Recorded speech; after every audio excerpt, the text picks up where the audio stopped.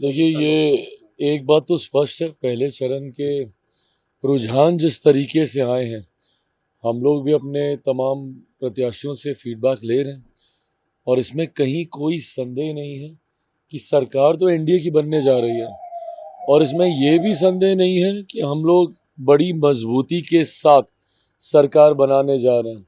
Almost 175 के आसपास आज की तारीख में। और मैं ये भी मानता हूं कि जैसे दूसरे चरण का मतदान संपन्न होगा, तब तक अगर हम लोग 2010 वाला भी रिकॉर्ड अगर हम लोग तोड़ें तो उसमें भी किसी को ताज्जुब नहीं होगा। जिस तरीके से एक तरफा माहौल है और ख़ास तौर पर प्रधानमंत्री जी का निरंतरता में बिहार आना, उनकी इतनी सभाएं जिस तरीके से हो रही हैं, ये डबल इंजन की सरकार का विश्वास, एक मजबूत विश्वास बिहार की जनता में गहराया है और इसका लाभ हम लोगों को परिणामों में भी देखने को मिलेगा। लेकिन आरोप लगाए जा रहे हैं कि जब जब ये लोग आते हैं कट्टा का बात करते हैं, विकास का बात नहीं करते हैं। क्या करेंगे प्रभु, अब एक के बाद एक इतनी हार वो देख चुके हैं, तो उनको अनुभव है हारने का और इस अनुभव से वो ये मानते हैं कि पहले से ही बहाना तैयार करना ज़रूरी है। लास्ट मिनट अगर आप बहाना ढूंढते हैं तो बात बनती नहीं है। अब जैसे अब हरियाणा में ये लोग उतना तैयार नहीं थे तो एकदम से हार गए, तो उनको पता नहीं चला कि ठीकरा किसके सर पे फोड़े। फिर इन्होंने शुरू किया कि अब भाई एसआईआर का मुद्दा उठाया जाए कि यहाँ पे वोटर लिस्ट में धांधली हो रही है।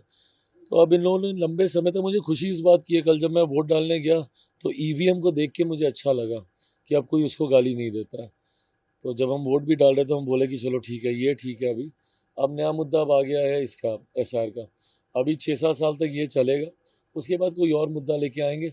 अगर ये मुद्दा इतना ही जनता के बीच पकड़ वाला होता तो कहीं ना कहीं जब पहले चरण का मतदान हुआ तो उसमें ये बवाल हम लोग को देखने को मिलता। जिन लोगों के नाम कटे, ये उन लोगों के नाम कटे जिनके कटने जायज़ थे।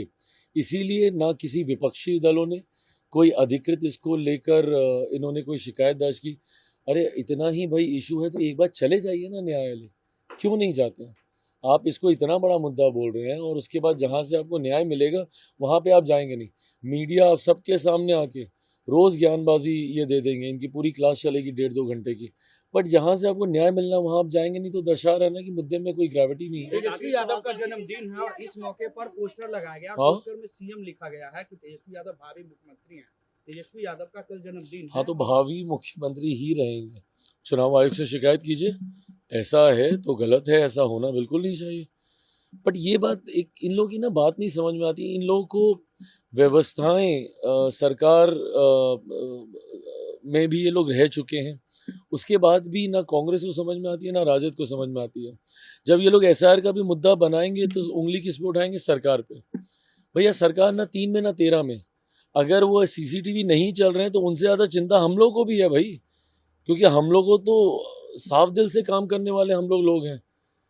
90 के दशक में कैसे बूथ कैप्चरिंग होती थी, कैसे बूथों को लूटा जाता था, उसका अनुभव तो इन लोगों के पास है ना, राजद के पास है। तो ऐसे में अगर ये हुआ है तो हम लोग भी दिखवाएंगे भाई, हम लोग भी इसकी शिकायत करवाएंगे। और अगर आपको है तो हर चीज़ का राजनीतिकरण करने जो उतर जाते हैं, सरकार को घेरने उतर जाते हैं, अरे प्रभु जाइए, चुनाव आयोग है इसके लिए जिम्मेदार। एसआईआर को भी लेकर बोलेंगे सरकार ने किया, सरकार ने किया। सरकार ने क्या किया भैया? नाम 3 में ना 13 में। ये चुनाव आयोग का विषय। चुनाव आयोग ने क्यों इस विषय को का पालन किया? क्योंकि आप लोगों ने शिकायत की कि वोटर लिस्ट में धांधली हो रही है। अब वोटर लिस्ट में धांधली को कैसे सुधारा जाए? एसआईआर के माध्यम से इसको सुधारा जा सकता है। तो शिकायत भी आप करेंगे, समाधान पे भी आप। अब अगर ऐसा हो रहा है, सीसीटीवी अगर बंद है तो जाएं चुनाव आयोग। हम लोग के लिए भी चिंता का विषय भाई। ये लोग 90 में भी ऐसे ही बूथ लूटते थे, कहीं फिर तो नहीं कर रहे हैं।